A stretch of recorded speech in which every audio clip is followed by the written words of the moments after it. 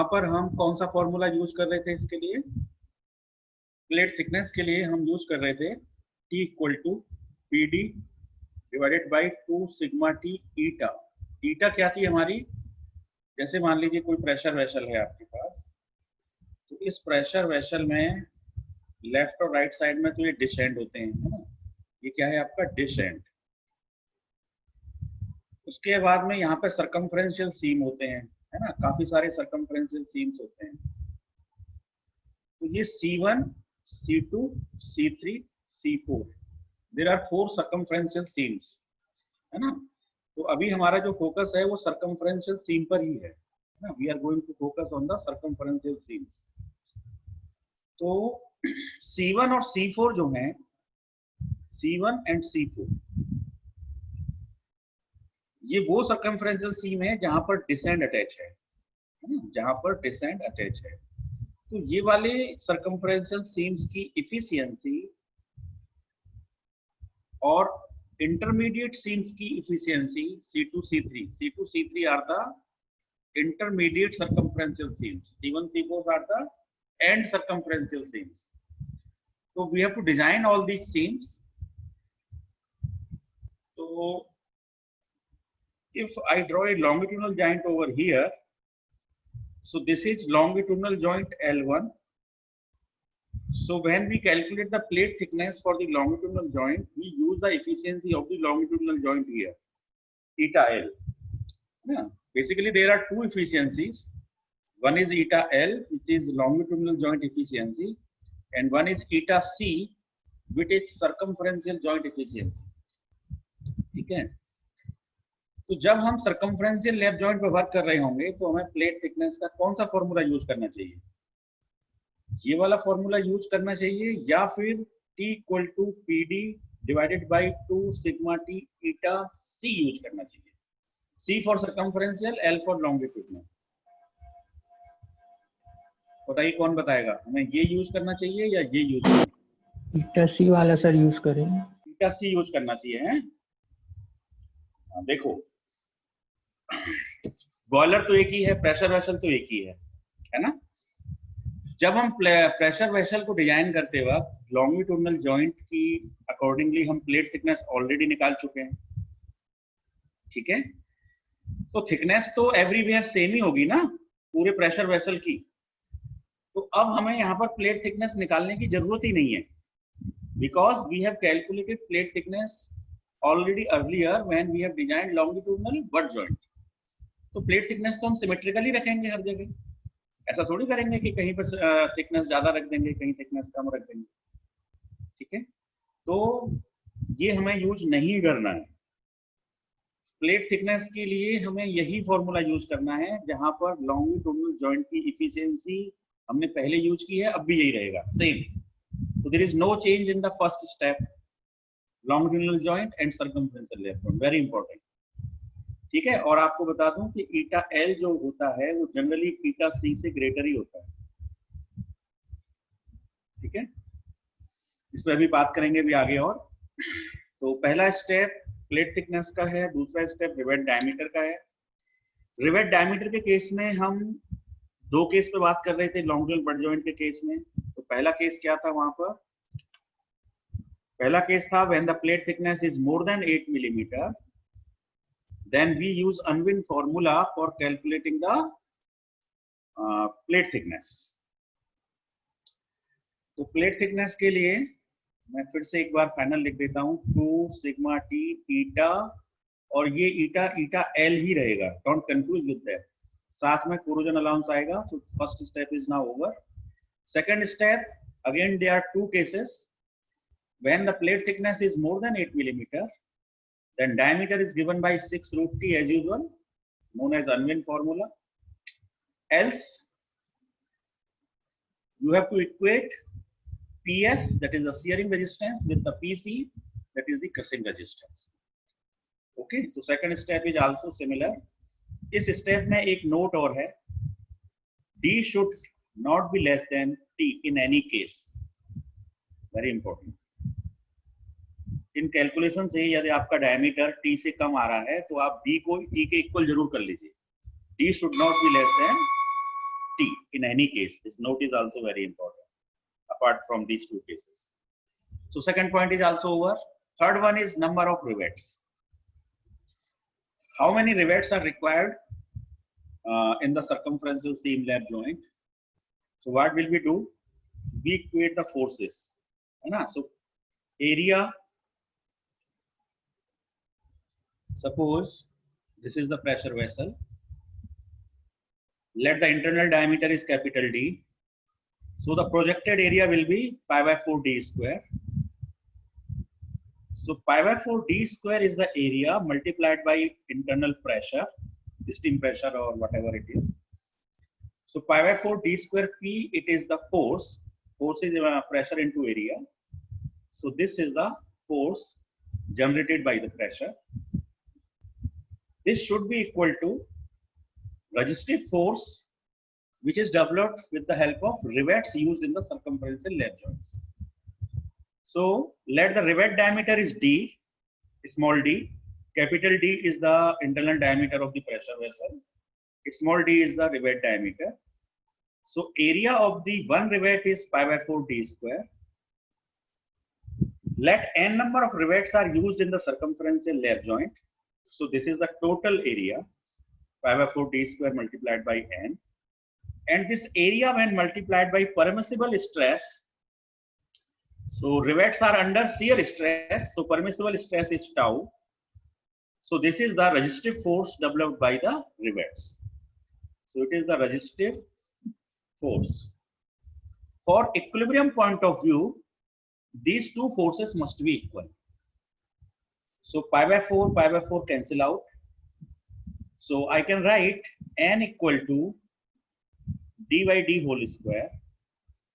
And this is d square, this is small d square. So it is d by d whole square multiplied by p divided by tau. So this is the formula for calculating the number of rivets that are required in the circumferential lap joint. So third point is also over. अभी तक कोई doubt हो तो please पूछ लीजिए, है ना. आगे के पॉइंट तो बस इजी होंगे, मतलब, है ना. मैंने 3 पॉइंट आपके कवर कर दिए हैं. प्लेट थिकनेस एज यूजुअल जैसे था, डायमीटर एज यूजुअल जैसे था. नंबर ऑफ रिवेट्स के लिए हमारा फॉर्मूला आ गया है D by D hole square into pressure divided by tau. याद रखिएगा इसे. हालांकि फॉर्मूला अगेन दिया हुआ है डाटा बुक में, but we have derived it. Now pitch of the rivets. For calculating the pitch of the rivets, we are using eta C, efficiency of the circumferential lap joint. Efficiency of the circumferential lap joint. मैं आपको जरा सा circumferential lap joint दिखा देता हूँ.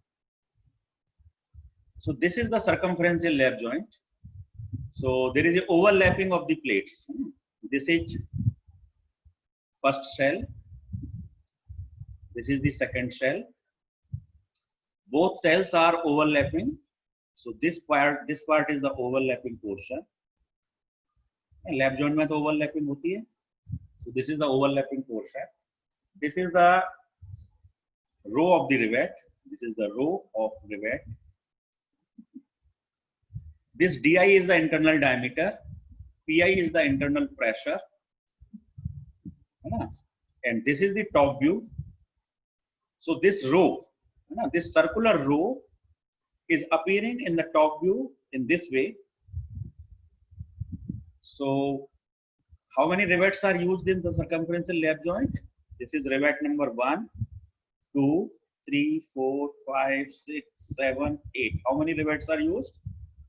है ना. इस एग्जांपल में जो फिगर मैंने दिखाई है, 8 rivets are used. ना, it is single riveted or double riveted? कौन बताएगा? It is single riveted. है ना. सिंगल रिवेटेड का मतलब है जब हम एक रो यूज करते हैं तो वो सिंगल रिवेटेड होती है ना. जब हम 2 रो यूज करते हैं तो डबल रिवेटेड होती है. मान लो यहीं पर मैंने एक और रो लगा दी होती इस तरह से, तब ये डबल रिवेटेड लैप जॉइंट हो जाता है. तो how many rivets are used in this case? 8 rivets. The distance from centre of one rivet to the centre of another rivet or the adjacent rivet is known as pitch of the rivets. So this is the pitch in this case. ठीक है, pitch क्या होती है? Centre of one rivet to centre of another rivet, that is the pitch in the same row. तो ये circular row है अब आपके साथ, this is one circular row. So 8 rivets are there. So what is the thickness of the solid plate? Solid plate thickness is given by Pt into sigma t. P is the pitch, T is the thickness, sigma t. Okay. And what is the tensile strength of the plate? That is P minus D into T into sigma t. तो longitudinal joint के case में हमने pitch को कैसे represent किया था? Small p से, है ना? For the clarity, in case of circumferential lap joint, we will represent the pitch by P1. We will represent the pitch by P1.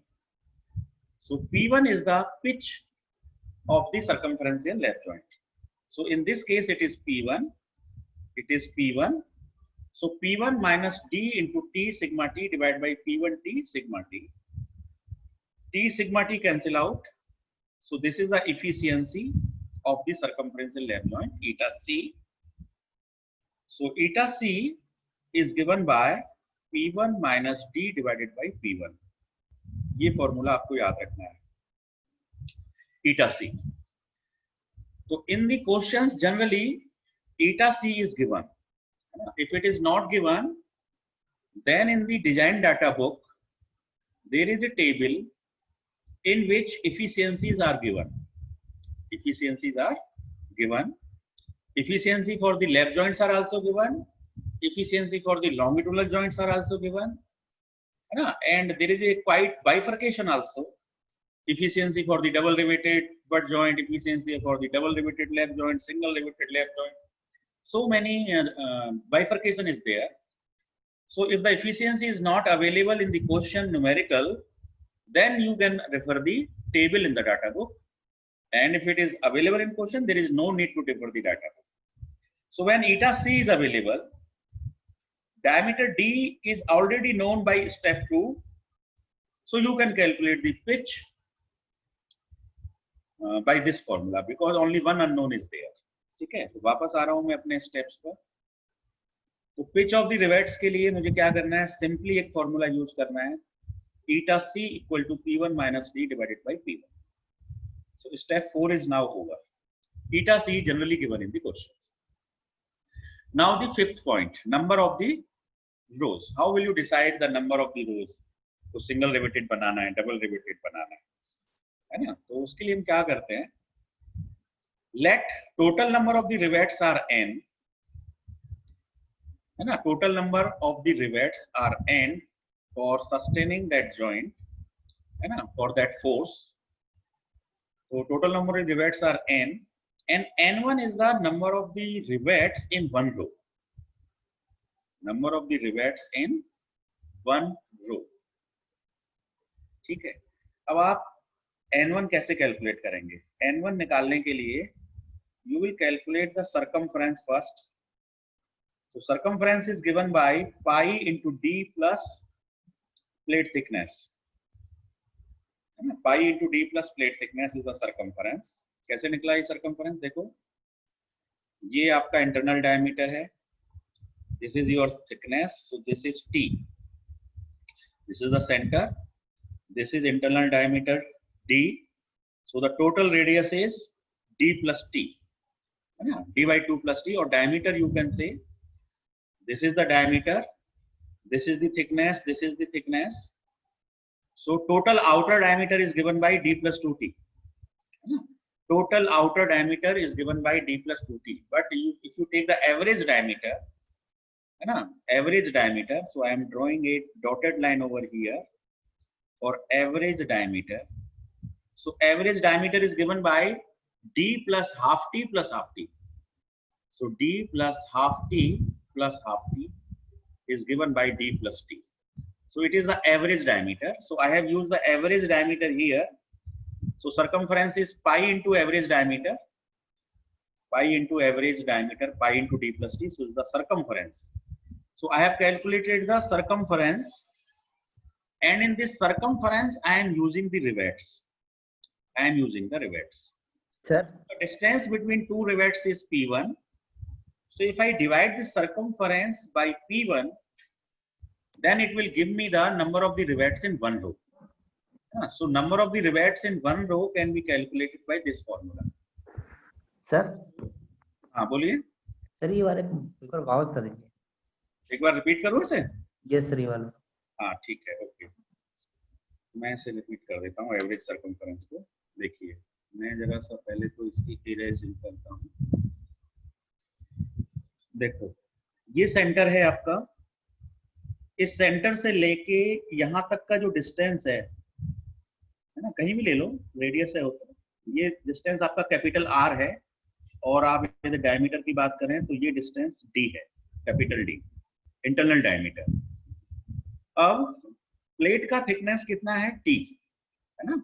ये टोटल डिस्टेंस टी है.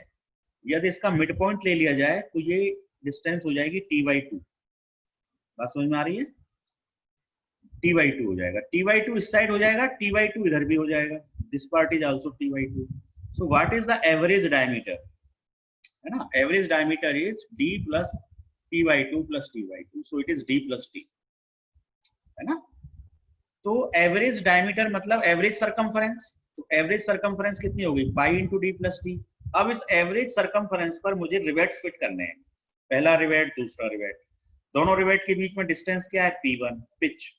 तो यदि मैं इसे P1 से डिवाइड करूंगा तो मुझे नंबर ऑफ द रिवेट्स मिल जाएंगे है ना. यदि मैं से मेरे पास मान लो 7 रिवेट, इसको मैंने डिवाइड किया और जो भी आंसर आएगा that will the number of the rivets in one row. ठीक है. Number of the rivets in, मान लो कोई भी सर्किल है. इस सर्किल में मान लो मुझे 3 आदमी खड़े करने हैं, 3 रिवेट्स लगाने हैं, फर्स्ट सेकंड थर्ड. तो ये पूरी सर्कमफ्रेंस कितने पार्ट में बढ़ गई है ना. एक पार्ट ये हो गया, दूसरा पार्ट ये हो गया, तीसरा पार्ट ये हो गया. यदि 3 रिवेट लगाऊंगा तो 3 पार्ट में बढ़ जाएगी. 4 रिवेट लगाऊंगा 4 पार्ट में बढ़ जाएगी है ना. तो यदि मैं n1 रिवेट लगाऊंगा तो n1 पार्ट्स में बढ़ जाएगी है ना. तो वो मेरे को डिस्टेंस क्या देगी P1 के बराबर देगी. तो ये फॉर्मूला बिल्कुल फिट है. n1 equal to average circumference divided by pitch. मेरे ख्याल से अब क्लियर हो गया होगा. Yes sir yes sir. तो नंबर ऑफ दी रिवेट्स हमको एक रो में मिल गए. टोटल रिवेट्स हमारे पास हैं. तो यदि हम n डिवाइड बाई n1 कर दें है ना, n डिवाइड बाई n1 कर दें और इसको डिवाइड करने से यदि आंसर 3 आ जाए, कितना आ जाए 3, इसका मतलब ट्रिपल रिवेटेड जॉइंट बनाना पड़ेगा. एक रो में n1 आ सकते हैं, टोटल रिवेट्स n है. तो n बाई n1 करने से यदि आंसर 3 आ गया इसका मतलब ट्रिपल रिवेटेड है. 2 आ गया मतलब डबल रिवेटेड है. 1 आ गया मतलब सिंगल रिवेटेड है. बात समझ में आ गई. तो हमको जॉइंट की डिजाइन पता लग जाएगी कि हमें कैसा जॉइंट बनाना है. तो number of the rows is clear. अब आते हैं पॉइंट नंबर 6 पर. पॉइंट नंबर 6 है ट्रांसवर्स पिच PT. PT के लिए बिल्कुल वही रूल है. देयर इज नो चेंज है ना. एक बार इसको फिर से कर लेता हूँ. PT के लिए मैंने क्या क्या रूल्स बताए. एक तो 2D होता है, एक 0.33p प्लस 0.67d. ये 2D कब होता है जब चेन रिवेटिंग होती है. ये कब होता है जब जिगजैग रिवेटिंग. ठीक है. तो जो रूल आपको पहले बताए गए हैं ट्रांसवर्स पिच के लिए वही रूल यहाँ पर भी फॉलो होते हैं. Same rule. ठीक है. तो पॉइंट नंबर 4 में हमने क्या निकाला था पिच, और यहाँ हम क्या निकाल रहे हैं ट्रांसवर्स पिच. अच्छा, पिच पे जो भी पिच आएगी उस पिच को हमें लिमिटेशंस जो बताई थी मैंने कल के न्यूमेरिकल में, मैंने limitations on the pitch discuss किया था. तो उसमें मैंने P मिनिमम और P मैक्सिमम के 2 फॉर्मूले बताए थे. P minimum is 2D, P maximum is CT plus 41.28. तो ये दोनों लिमिटेशंस यहाँ पर भी IBR के अकॉर्डिंग लागू होती हैं. मतलब जो लिमिटेशंस लॉन्गिट्यूडिनल जॉइंट पे फॉलो होती हैं वही लिमिटेशंस यहाँ पर भी फॉलो होती हैं. सेम, काफी सारी चीजें सेम है ना. मैं यदि शुरू से डिस्कस करूं तो प्लेट थिकनेस पहले की तरह ही है, सेम है, कोई चेंज ही नहीं है. रिवेट डायमीटर में कोई चेंज नहीं है. नंबर ऑफ द रिवेट्स का फॉर्मूला इसमें चेंज है ना. इसका एक हमने अलग से फॉर्मूला बना लिया है. क्या फॉर्मूला बनाया है, n equal to d/d hole square into p/τ. ठीक है. पिच ऑफ द रिवेट्स, इसके लिए भी हमने एक अलग फॉर्मूला बनाया है. वो फॉर्मूला क्या बनाया है, eta c equal to p1 minus d divided by p1. ठीक है. नंबर ऑफ द रोज के लिए भी फॉर्मूला है n by n1. n by n1। n1 क्या है? Number of the rivets in one row. और n1 के लिए भी हमारे पास क्या फॉर्मूला है? Average circumference divided by p1। Correct. अब ट्रांसफर स्विच में कोई चेंज नहीं है, ये एज इट इज पहले की तरह है। मार्जिन में कोई चेंज नहीं है, एज इट इज 1.5d पहले की तरह। तो इस तरह से ये सातों स्टेप हमारे डिस्कस होते हैं थ्योरेटिकली। अब इन सातों स्टेप्स को हम समझेंगे एक न्यूमेरिकल की हेल्प से। ठीक है, तो मैं अब एक न्यूमेरिकल ले ले रहा हूं। This is the numerical. A cylindrical pressure vessel with 1 metre inner diameter. तो डी की वैल्यू तो 1000 mm दे रखी है, प्रेशर 1.5 दे रखा है, इंटरनल प्रेशर 1.5 मेगापास्कल, ये भी इंटरनल डायमीटर है। ठीक है। Permissible stress for the cylinder plate rivets in tension, tension में 80 है यानी कि सिग्मा टी 80 है, शियर में 60 है यानी कि टॉ इक्वल टू 60, क्रसिंग में 120 है, इसका मतलब सिग्मा सी इक्वल टू 120। ठीक है, तीनों वैल्यूज दे रखी हैं प्लेट मटेरियल के लिए, है ना, या रिवेट मटेरियल, दोनों के लिए सेम है। देखो लिखा हुआ है cylinder plate and the rivets. So these values are for both cylinder plate material और rivet material. Generally both the materials are kept same, है ना, रिवेट का मटेरियल और प्लेट का मटेरियल जनरली सेम रखते हैं। ठीक है, यदि डिफरेंट है तो फिर उनके लिए वैल्यूज भी डिफरेंट होंगी। The efficiency of the longitudinal joint can be taken as 80%। तो ये कौन सी एफिशिएंसी है? Eta longitudinal. तो इस एफिशिएंसी का यूज कहां पे होना है? प्लेट थिकनेस को कैलकुलेट होने में होना है। प्लेट थिकनेस में हमेशा लॉन्गिट्यूडनल जॉइंट की एफिशिएंसी यूज होती है, भले ही आप कोई सा भी जॉइंट डिजाइन कर रहे हो, चाहे आप लॉन्गिट्यूडनल डिजाइन कर रहे हो या फिर आप सर्कमफरेंशियल लैब डिजाइन कर रहे हो। Right, the efficiency of the circumferential lap joint should be at least 62%. So eta c is given 0.62.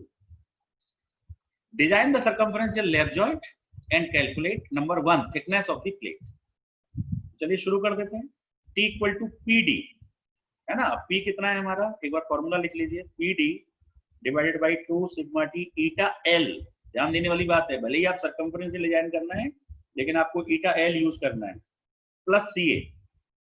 अब प्रेशर कितना दे रखा है? 1.5, डायमीटर कितना दे रखा है? 1000, परमिसिबल सिग्मा टी कितना है? 80, ईटा एल कितना है? 0.8, ओरिजिनल अलाउंस आप कितना लेंगे? 2 मिलीमीटर।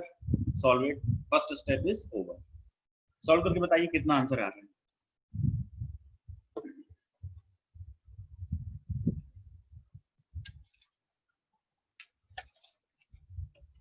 सारांश प्रधान और कोई भी, राहुल। 13.72 ना 13.72 ओके, सो आंसर इज 13.72। अब इस 13.72 को हम राउंड ऑफ कर देते हैं 14 mm। ठीक है, so plate thickness is 14 mm, first step is over. Now come to the diameter of the rivets. तो अब डायमीटर ऑफ रिवेट में दो केस होते हैं, एक केस होता है t इज ग्रेटर देन 8 और दूसरा केस होता है t is less than equal to 8। तो अब आपका t कितना आया है? 14 mm आया है, तो 14 इज ग्रेटर देन 8, तो ये वाला केस लागू होगा। इस केस में जब t इज ग्रेटर देन 8 होता है तो हम अनविन फॉर्मूला यूज करते हैं, d equal to 6 root t। तो आपका आंसर हो गया 6 रूट 14। सॉल्व करिए। 22.45 22.45, तो हमें डायमीटर की वैल्यू मिल गई 22.45 mm। This is the diameter. ठीक है, रिवेट डायमीटर। अब इसको राउंड ऑफ आप कितने से करेंगे बताइए, कितने से राउंड ऑफ करेंगे आप? 25 कितना? 25। तो ऐसे नहीं करना है, आपको टेबल रेफर करनी है। ठीक है, टेबल रेफर करनी है। तो मैं आपको जरा आज एक वो टेबल शो कर दूं पहले। चलिए मैं आपको शेयर शो करता हूँ, थोड़ा सा मैं इसे मिनिमाइज कर लेता हूँ, पहले इसको स्टॉप शेयर करता हूँ और मैं जो है फाइल खोल लेता हूँ फिलहाल।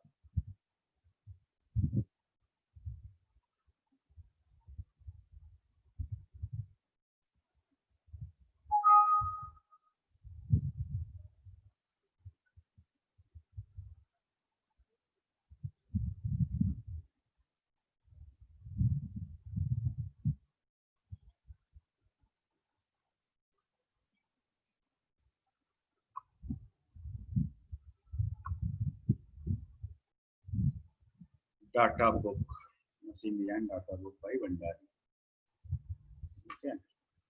और इसमें हम पेज ले लेते हैं 270 के आसपास होना चाहिए।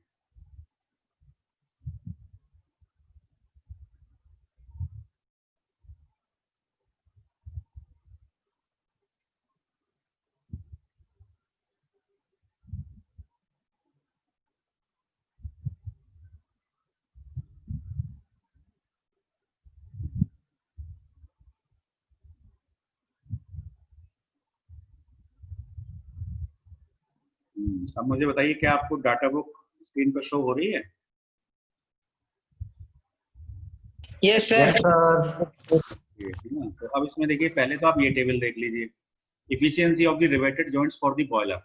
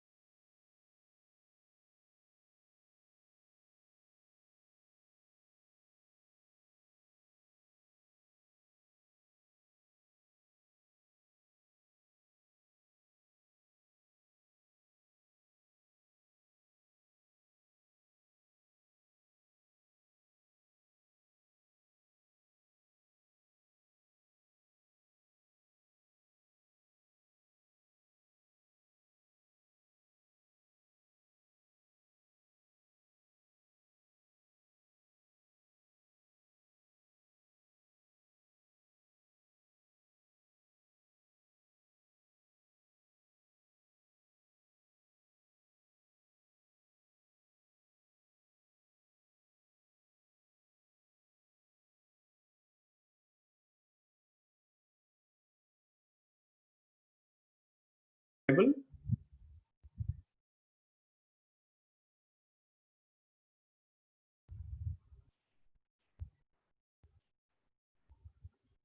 Machine design, sir screen share कर दी सर, स्क्रीन शेयर नहीं है आपकी। हाँ व्हाट दी नेट, अभी मेरा नेटवर्क चला गया था ना, तो अब मेरे ख्याल से स्क्रीन शेयर हो रही होगी आपको, है ना? Yes sir. हाँ तो अब देखो ये डाटा बुक में मैं थोड़ा सा आपको आइडिया दे दूँ, रिवेट की टेबल दिखाना चाह रहा हूँ मैं आपको, तो रिवेट के डायमीटर को कैसे राउंडिंग ऑफ करना है आपको, है ना? तो कल हम कौन सी टेबल देख रहे थे, कांस्टेंट वाली देख रहे थे ना, कांस्टेंट सी वाली, उसके पास ही है वो टेबल। तो ये सब डायमेंशन दे रखी हैं कांस्टेंट सी वगैरह की जो है, तो इसमें आगे होना चाहिए, है ना? सर हर रिवेट के लिए अलग अलग होती है क्या वैल्यूज? नहीं नहीं, एक ही टेबल है सारे रिवेट्स के लिए। उसमें जैसे 22 के बाद में मान लो स्टैंडर्ड बने हुए हैं, पता लगा स्टैंडर्ड में 22 मिलीमीटर का रिवेट बनता है, उसके बाद में 24 मिलीमीटर का रिवेट बनता है, बीच में 23 मिलीमीटर नहीं है मान लो टेबल के अंदर, तो फिर आपकी राउंडिंग ऑफ 23 नहीं होगी, 24 होगी, भले ही आपका आंसर 22.1 आया है, ठीक है? मैं ये बताना चाह रहा हूँ। तो कल हमने जो एक टेबल देखी थी ना कांस्टेंट वाली, तो कौन से पेज पर है आपके पास में हो तो बताइए जरा। ये मिल गई है ना, टेबल नंबर 8.43 है। तो देखिए क्या लिखा है, relationship between the rivet diameter. तो डी जो है रिवेट डायमीटर है, डी डैश आपका रिवेट होल है ना?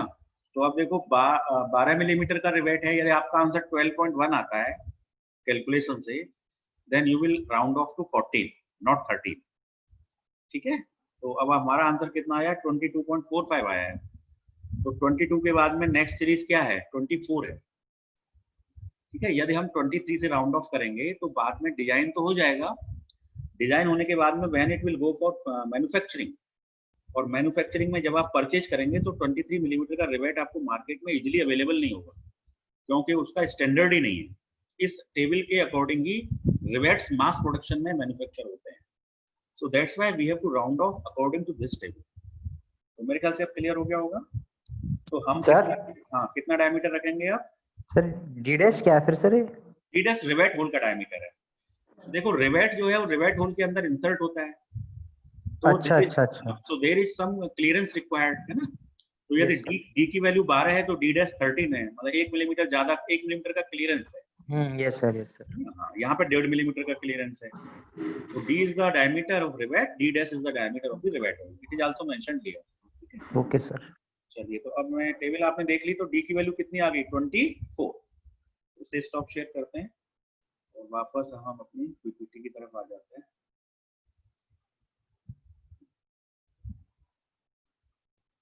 ठीक है, इसको हम जो है फुल मोड में कर देते हैं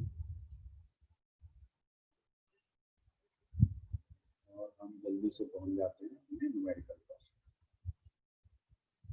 यहाँ पर है ना, तो यहाँ पर हमने क्या क्या कैलकुलेट कर लिया। एक तो थिकनेस हम कैलकुलेट कर चुके, और थिकनेस हमारी कितनी आई थी जरा बता दीजिए, आंसर कितना आया था थिकनेस का? 14 mm 14 mm 14 mm है ना, बिल्कुल। तो हमारा t equal to 14 first step over हो गया है। डायमीटर ऑफ द रिवेट भी हमारा ओवर हो गया है, 22 पॉइंट समथिंग आया था, लेकिन हमने इसको राउंड ऑफ कर दिया 24 mm टेबल की हेल्प से, है ना। अब तीसरा ऑप्शन है number of the rivets. Number of the rivets के लिए n इक्वल टू होता है dy hole square into p by tau.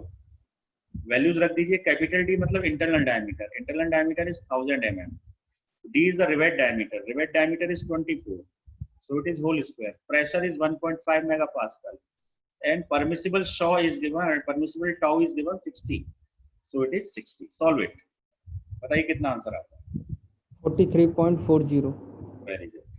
So n is 43.40, तो इसको लगभग लगभग हम फिलहाल 44 रिवेट मान लें, राउंडिंग ऑफ करके कि हमें 44 रिवेट्स की रिक्वायरमेंट है।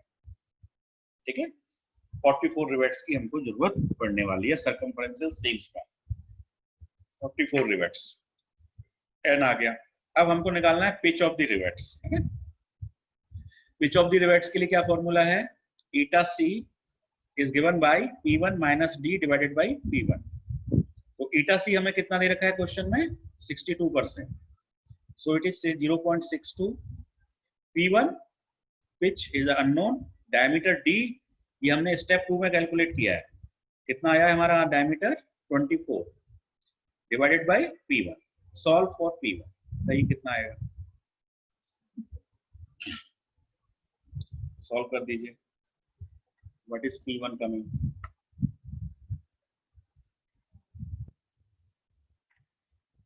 63.16. 63.16। तो 63.16 को राउंडिंग ऑफ करके 64 मान लेते हैं। ठीक है, तो हमारा fourth step is over. Now come to fifth step. अब हमें चाहिए number of rows of the rivets, मतलब ये कैसा जॉइंट बनना है, सिंगल रिवेटेड बनना है, डबल रिवेटेड बनना है, ट्रिपल रिवेटेड बनना है, कितनी रोज की रिक्वायरमेंट है। ये तो क्लियर है कि 44 रिवेट्स की रिक्वायरमेंट है, लेकिन ये 44 रिवेट्स क्या 22-22 लगाने, मतलब डबल रिवेटेड बनाना है तो 22-22 लगेंगे, है ना। एक ही सिंगल रिवेटेड बनाना है तो एक ही रो में 44 रिवेट बनेंगे, है ना। ये हमें आइडिया रिक्वायर्ड है। तो हम क्या करेंगे, हम पहले N1 कैलकुलेट करेंगे। N1 मतलब number of the rivets can be accommodated in one row. एक रो में कितने रिवेट अकोमोडेट हो सकते हैं, है ना, हम वो कैलकुलेट कर लें। तो उसके लिए क्या फॉर्मूला है? Circumference pi d plus T divided by pitch. तो अब पाई d मतलब इंटरनल डायमीटर 1000, थिकनेस हमारी कितनी आई है? 14 mm फर्स्ट स्टेप में। P1 हमारा कितना आया है? 64 mm फोर्थ स्टेप में। इसको सॉल्व करिए। What is N1? कितना आ रहा है N1? 49.77. आ रहा है 49.77. 49.77 आ रहा है आपका, है ना, 49.77 रिवेट्स। तो अब देखिए, हमें रिक्वायरमेंट तो 44 रिवेट की है, और एक रो में 49 रिवेट या 50 रिवेट्स अकोमोडेट हो सकते हैं। तो बताइए जॉइंट कैसा बनेगा, सिंगल रिवेटेड या डबल रिवेटेड? जब एक रो में 50 रिवेट आ सकते हैं और 44 रिवेट की जरूरत है, तो एक ही रो में सारे रिवेट्स आ जाएंगे, तो हमें डबल रिवेटेड बनाने की जरूरत ही नहीं है। तो ये जॉइंट कैसा जॉइंट हो गया? सिंगल रिवेटेड लैप जॉइंट हो गया। ठीक है, सिंगल रिवेटेड लैप जॉइंट। अच्छा, एक चीज और, ये जो हमने पिच निकाला 64 mm, इस पिच को हमने चेक करना भी है।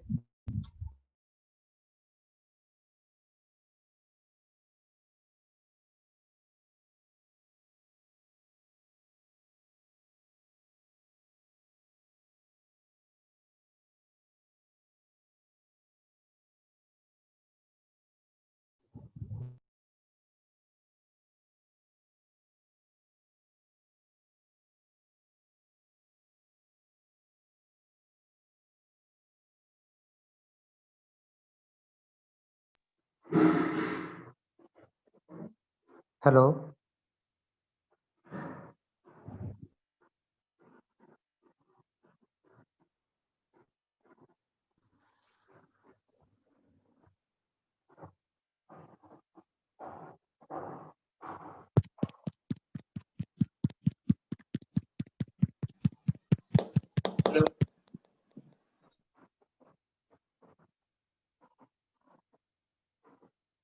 सर आपका माइक बंद है।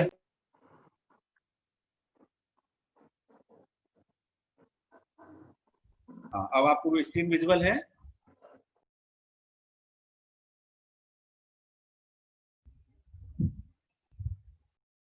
Yes, screen is visible. Yes sir. Yes, sir. तो सी की बात कर रहे थे हम, डिस्कनेक्ट हो गया था। सी मतलब कांस्टेंट। तो ये लैप जॉइंट के लिए देखना पड़ेगा, सिंगल रिवेटेड लैप जॉइंट के लिए, है ना।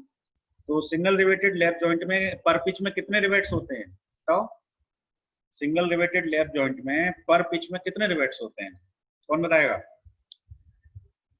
सिंगल रिवेटेड लैप जॉइंट में पर पिच में कितने रिवेट्स होते हैं, बताइए। एक ही होता पता है। सबको? कितने? एक होता है। एक होता है, बिल्कुल सही, है ना। देखो इस तरह से रिवेट्स लगे हुए हैं सर्कमफरेंशियल मान लो, तो पर पिच माने ये पोर्शन हो गया। तो half rivet is here, half rivet is here, है ना। तो पर पिच में कितने रिवेट्स होते हैं? n equal to 1। अब ये 1 रिवेट जो है बताइए सिंगल शेयर में या डबल शेयर में है? लैप जॉइंट के अंदर तो सिंगल शेयर ही होता है। Yes sir. ये रिवेट्स कितने हैं?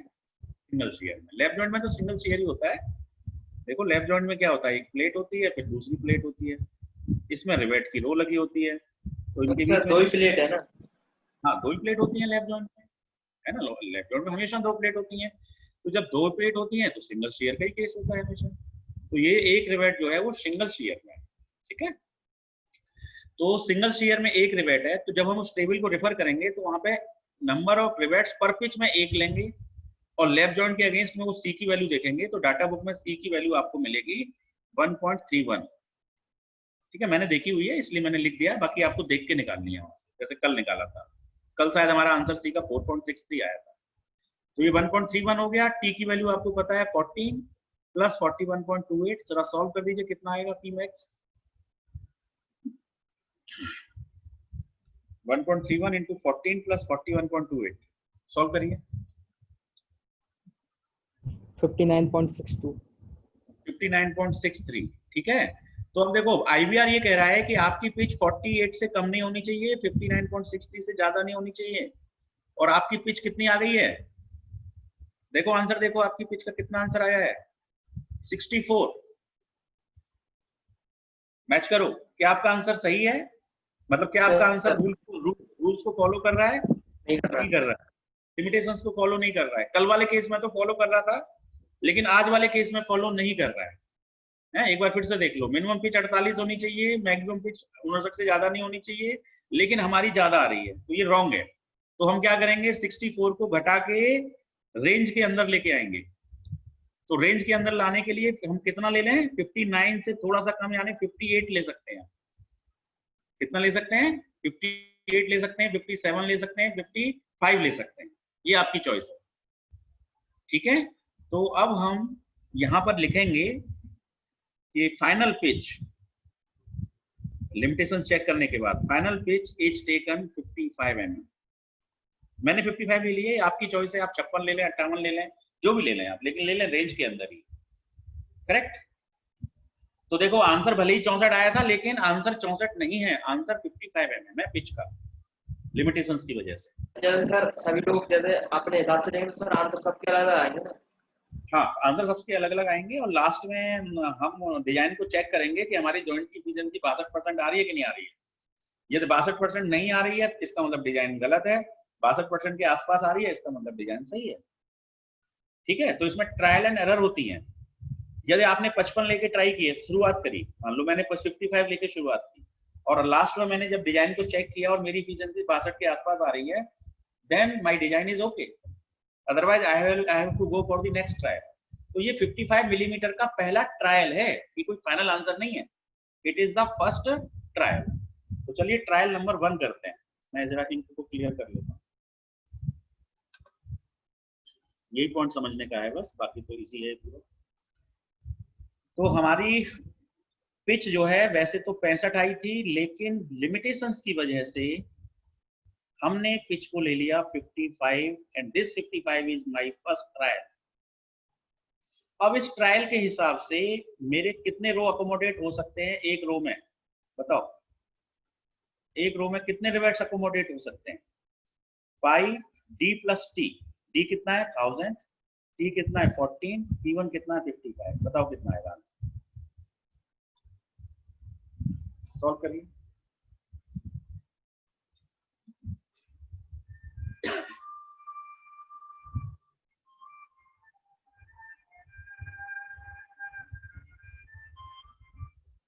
हाँ सैनी जी मैं क्लास ले रहा हूँ जरा, मैं अभी आपको मिला लेता हूँ थोड़ी देर में। हाँ ओके ठीक ठीक okay. 8 how much answer is coming? 8 58 point में बता दीजिए एग्जैक्ट कितना आया था वो बताइए। 57.919 57.91 रिवेट्स, मतलब अप्रोक्सीमेटली ये हो गया 58 रिवेट्स। एक रो में 58 रिवेट्स अकोमोडेट हो सकते हैं। और हमने कितने रिवेट निकाले थे स्टेप 3 में, कि हमें कितने रिवेट्स की रिक्वायरमेंट है बताइए जरा। 44 रिवेट्स की रिक्वायरमेंट थी, और हमारे एक रो में 58 रिवेट्स अकोमोडेट हो सकते हैं, जो भी पिच का ट्रायल हम ले रहे हैं उसके अकॉर्डिंग, है ना। तो सिंगल रिवेटेड ही बनेगा, है ना। तो अब हम क्या करेंगे, हमारा जो रिवेट का डायमीटर स्टेप 2 में कितना आया था बताओ? 24 mm हमारा रिवेट का आंसर आया था। तो जब डायमीटर 24 था तो हमें 44 रिवेट की जरूरत थी, लेकिन अब तो हम 58 रिवेट लगा रहे हैं, ठीक है। तो जब हम 58 रिवेट लगा रहे हैं तो हमारा एक्चुअल डायमीटर अब कितना होना चाहिए? तो अगेन हम इस फॉर्मूले को यूज करेंगे, n = dy/d² × p/τ। अब n की वैल्यू हमारे केस में कितनी है? 58। देखो ये तो आंसर था 44, तो ये था कि कितने रिवेट्स की रिक्वायरमेंट है, लेकिन फर्स्ट ट्रायल के अकॉर्डिंग हम तो 58 रिवेट्स लगा रहे हैं। तो 58 रिवेट्स जब लगाएंगे तो n की वैल्यू 58 लेकर, कैपिटल D 1000 है ही है, नया डायमीटर रिवेट का कैलकुलेट करेंगे, p हमारा 1.5 है, टाउ 60 है।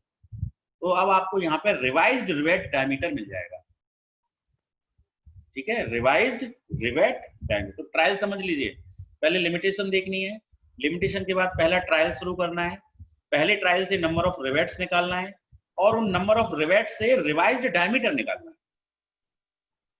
20.76 हाँ तो कितना आ गया? 20.76 20.76 आपका रिवाइज्ड डायमीटर आ गया। तो इसको राउंड ऑफ कर देते हैं 21 mm। ये भी टेबल से राउंड ऑफ करना है, यदि वहां पे 21 नहीं है 22 है तो फिर आपको 22 पे जाना पड़ेगा, है ना। मैं समझाने के लिए फिलहाल 21 ले रहा हूँ। तो d की वैल्यू मेरी कितनी हो गई? 21 mm डायमीटर, रिवाइज डायमीटर हो गया, ठीक है।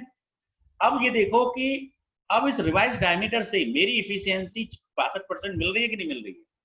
यदि इफिशियंसी 62% मिल रही है, इसका मतलब मेरी डिजाइन ओके है, मेरी डिजाइन सेफ है, otherwise I have to go for the next trial.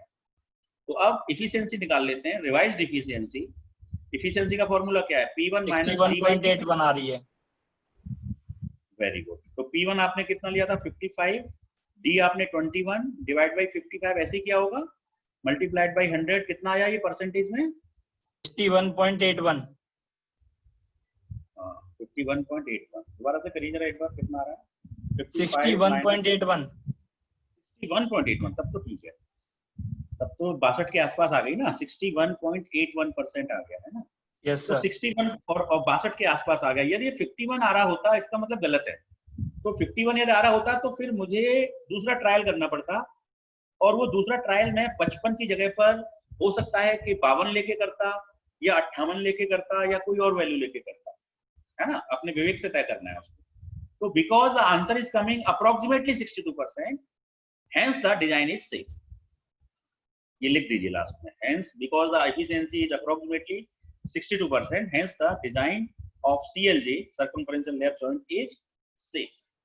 तो देखिए डिजाइन चेक हो गई, और रिवेट का डायमीटर कितना यूज हुआ? 21। 24 के रिवेट नहीं बनाने, 21 के रिवेट्स बनाने हैं। तो अब हमारा ये स्टेप नंबर 5 पूरा हो गया, 4 तो पूरा पहले ही हो गया था। अब केवल एक लास्ट स्टेप बचा है, ओवरलैप ऑफ द प्लेट और मार्जिन, है ना। कुछ पूछ रहा था, पूछ लीजिए पहले। हाँ सर ये हमने ट्रायल किया है, सर ये ट्रायल हाँ। करना जरूरी है क्या?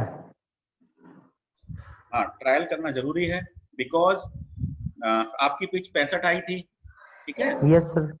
और आप ट्रायल ही नहीं करेंगे तो आप तो 65 मान के चलेंगे, है ना। जी सर, अगर जो और लिमिटेशन है उसके 65 मान आसपास ले लें तो? किसके आसपास? सर लिमिटेशन मैक्सिमम वैल्यू के आसपास 59 थी, 58 ले लें। हाँ 58 लेके तो कर सकते हैं ट्रायल, 58 से करके तो कर सकते हैं, नो इशू। लेकिन हाँ 58 पे करके भी ना आपको चेक करना पड़ेगा एफिशिएंसी कितनी आ रही है। तो अभी आप अच्छा, ट्रायल हर करना, हाँ 58 से आप ट्रायल करना। मैं जरा, क्लास है मेरी, हेलो, हाँ गुड मॉर्निंग सौरभ सर, मिलाऊंगी थोड़ी देर में, क्लास खत्म कर। हाँ हाँ मैं आ जाऊंगा, ठीक। हाँ तो मैं ये कह रहा था कि आप 58 से भी शुरुआत करेंगे तो वो भी तो ट्रायल ही है, 58 इज आल्सो द ट्रायल, है ना। Yes, तो आपके sir. लिए 58, हाँ वो भी ट्रायल है, उस ट्रायल से आप एफिशिएंसी निकाल लीजिए। अब उस ट्रायल से एफिशिएंसी जरूरी नहीं है कि आपकी मेरी 61.81 आई है तो आपकी पता लगा 65 आ जाए, देयर इज ऐसे चांसेस नहीं है। हो सकता है कि आपकी एफिशिएंसी 61 की जगह पे 57 रह जाए। Yes sir. आप करके देख लेना, मतलब ऐसा नहीं है कि पिच बढ़ाने से एफिशिएंसी बढ़ जाएगी, it is not like that. Sir आपने कल वाले कराए थे उसमें फिर ऐसे करना होगा? कि कौन से वाले में? हाँ सर, जो कल आपने क्वेश्चन कराया था ना लॉन्गिट्यूड वाला। हाँ लॉन्गिट्यूड वाले में भी पिच के अकॉर्डिंग हम पिच को मॉडिफाई करेंगे, फिर सर उसकी है ना। एफिशिएंसी और निकाल के पिच को देखेंगे। मॉडिफाई करने के बाद में लास्ट में आप जो है लॉन्गिट्यूडनल जॉइंट की एफिशिएंसी चेक कर दीजिए, है ना। अच्छा सर। वहां पर तो लॉन्गिट्यूडनल जॉइंट डिजाइन हो रहा है ना, तो वहां पे इतनी रिक्वायरमेंट पड़ती नहीं है चेक करने की, क्योंकि अच्छा वहां पे सर। जो जो कैलकुलेशन आती हैं वो थोड़ा प्लस साइड होती हैं, तो ऑलरेडी सेफ साइड ही होता है वहां पर। Yes sir. यहाँ पे उसके उस साइड में जाने के चांसेस बढ़ जाते हैं। तो आप मेरी बात समझिए, देखो कितना सारा इसमें परमुटेशन कॉम्बिनेशन है। आपका डायमीटर 24 आया, फाइनल डायमीटर 21 है, आपके रिवेट 44 आए थे, फाइनल रिवेट 58 है, और वो भी ये, और एफिशिएंसी हमारी लगभग 62% आ रही है, दैट्स व्हाई इट इज। तो 5 स्टेप तक हो गया। अब मैं चलता हूँ छठे स्टेप पर, मैं जरा सा इसे क्लियर कर लेता हूँ पहले। अब छठा स्टेप क्या है? Overlap of the plate. तो ओवरलैप के लिए तो बड़ा आसान है, देखो इस फिगर से अच्छा समझ में आ जाएगा। यहां से लेके यहां तक ये पार्ट क्या ओवरलैप है, ओवरलैप को हम रिप्रेजेंट करते हैं ए से, स्मॉल ए, ठीक है। तो ए के लिए एक फॉर्मूला बनाते हैं हम।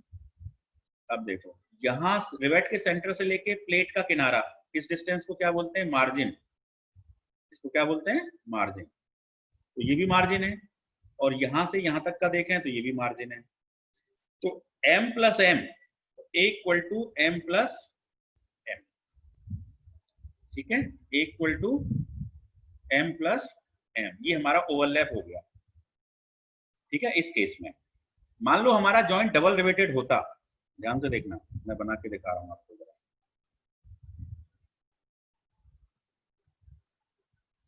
डबल रिवेटेड होता, मान लो एक रो यहाँ पे होती और दूसरी रो यहाँ होती, ऐसे डबल रिवेटेड होता। तो डबल रिवेटेड में एक रो से दूसरी रो के बीच का डिस्टेंस क्या कहलाता है? Transverse pitch, PT. और रिवेट के सेंटर से बाहर का किनारा क्या कहलाता है? मार्जिन। रिवेट के सेंटर से बाहर का किनारा क्या कहलाता है? मार्जिन। तो यहां पर हो जाता PT plus M plus M. तो A equal to PT plus M, यानी कि A equal to PT plus 2m हो जाता। तो ये डबल रिवेटेड के केस में होता, और ये सिंगल रिवेटेड के केस में a इक्वल टू 2m। कोई मुझे बता सकता है कि ट्रिपल रिवेटेड के केस में क्या फॉर्मूला बनेगा? a इक्वल टू बन जाएगा twice pt plus 3m 2m। 3m नहीं होगा, 2m ही होगा। देखो ध्यान से देखो, यस सर 2 मार्क। एक रिवेट, एक रो, दो रो, तीन रो, है ना। तो देखो pt और m और m, है ना। तो ट्वाइस pt प्लस ट्वाइस, ठीक है, समझ में आ गई बात। क्वाड्रुपल रिवेट में बता सकता है कोई क्या फॉर्मूला बनेगा? मान लो 4 रो हो रिवेट की, left 3pt plus 2m। Very good, है ना।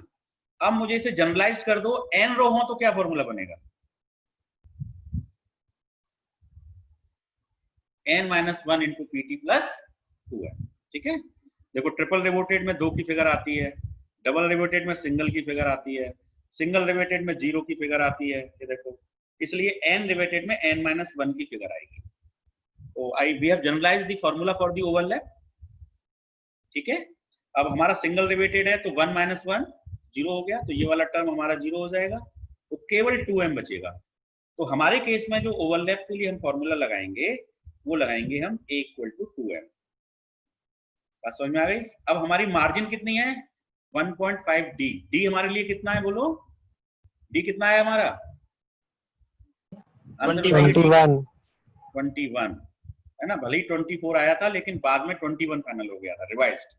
तो 21 यूज करेंगे, जो भी आंसर आएगा वो मार्जिन हो जाएगी, और उस मार्जिन को जब हम यहाँ यूज कर लेंगे तो हमें ओवरलैप मिल जाएगा, तो हमारा ये पॉइंट भी कवर हो जाएगा।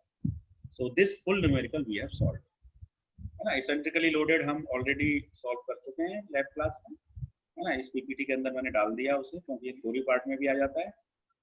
तो कुल मिलाकर मैं समराइज करूं तो रिवेट्स में हमने क्या क्या पढ़ा है, देखो मैं जरा सा हल्का सा कर देता हूँ समराइज, है ना। रिवेट की डेफिनेशन वगैरह तो है ही है। मेन चीजें हैं, बॉयलर जॉइंट हमको अच्छे से आने चाहिए। बॉयलर जॉइंट दो हैं, एक एलबीजे है, एक सीएलजे है। हमने दोनों को पढ़ा है, दोनों के न्यूमेरिकल किए हैं। और एक इंपॉर्टेंट चीज है एसेंट्रिकली लोडेड वाला, तो हमने इसमें भी एक न्यूमेरिकल कर लिया। ठीक है, अब इसमें एक पॉइंट और बता देता हूँ, लोजेंट जॉइंट, 1 मिनट के लिए बस, है ना, उसके बाद आज की क्लास को हम एंड कर देते हैं। तो लोजेंट जॉइंट में क्या होता है, ये इकोनॉमिकल जॉइंट होता है। तो इस जॉइंट में क्या करते हैं हम, जैसे कि मान लो हमारे ये रिवेट्स है, तो मान लो इस लाइन में 3 रिवेट है, तो अगली लाइन में मान लो हमने 2 रिवेट लगाए, और उससे अगली लाइन में हमने 1 रिवेट लगाया, तो रिवेट की संख्या एक एक रिड्यूस होती जाती है। यहाँ 3 रिवेट है ना, इससे पहले हो सकता है 4 रिवेट हो, है ना, ऐसे करके रिवेट्स हो सकता है। जिगजैग पैटर्न ही होता है। तो इस तरह से रिवेट्स लगाने पे क्या होता है, जो ऊपर कवर प्लेट लगती है, तो वो कवर प्लेट हमको रेक्टेंगुलर न लगा के हम उसको थोड़ा सा ट्रायंगुलर शेप में लगा सकते हैं। कवर प्लेट को किस फॉर्म में लगा सकते हैं, ट्रायंगुलर टाइप में लगा सकते हैं। तो आप देखो, ये रेक्टेंगुलर टाइप में लगती तो कुछ ऐसे लगती, ऐसे लगती ना। तो बताओ एरिया किसका ज्यादा आएगा, रेक्टेंगुलर वाली कवर प्लेट का ज्यादा आएगा या ट्रायंगुलर वाली या ट्रेपीजियम वाली कवर प्लेट का ज्यादा आएगा? रेक्टेंगुलर वाली का एरिया ज्यादा आएगा, है ना। एरिया ज्यादा होगा, वॉल्यूम ज्यादा होगा, वॉल्यूम ज्यादा होगा तो मास ज्यादा होगा, मास ज्यादा होगा, वेट ज्यादा होगा, वेट ज्यादा होगा तो कॉस्ट ज्यादा होगी। ठीक है, तो इस तरह से ट्रायंगुलर शेप में या ट्रेपेजोइडल शेप में जब कवर प्लेट यूज होती है, बॉटम कवर प्लेट और टॉप कवर प्लेट दोनों ही जब इस तरह से यूज होती है, तो हमारा जॉइंट की जो कॉस्ट है वो कम हो जाती है, क्योंकि कवर प्लेट की कॉस्ट घट जाती है। कवर प्लेट भी काफी कॉस्टली होती है ना, बट जॉइंट कॉस्टली होते हैं क्योंकि उसमें टॉप कवर प्लेट भी लगानी पड़ती है, बॉटम कवर प्लेट भी लगानी पड़ती है।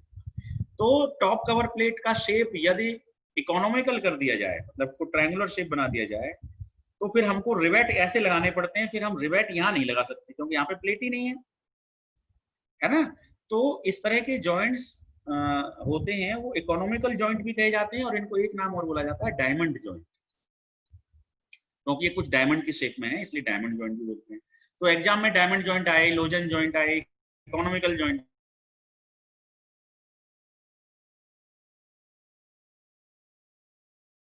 एक ही बात है। अब इसके यूजेस पूछे जाएं यदि, तो यूजेस में आप बता सकते हैं, these joints are uses in bridges, these are used in cranes, है ना, ऐसे करके आप जो है बता सकते हैं यूज। तो this completes our riveted joint, है ना, कंप्लीट हो गया है हमारा। अगली नेक्स्ट क्लास में we are going to start welded joint. मैं स्टॉप शेयर कर रहा हूँ, कोई क्वेरी हो आपकी रिवेटेड जॉइंट में तो प्लीज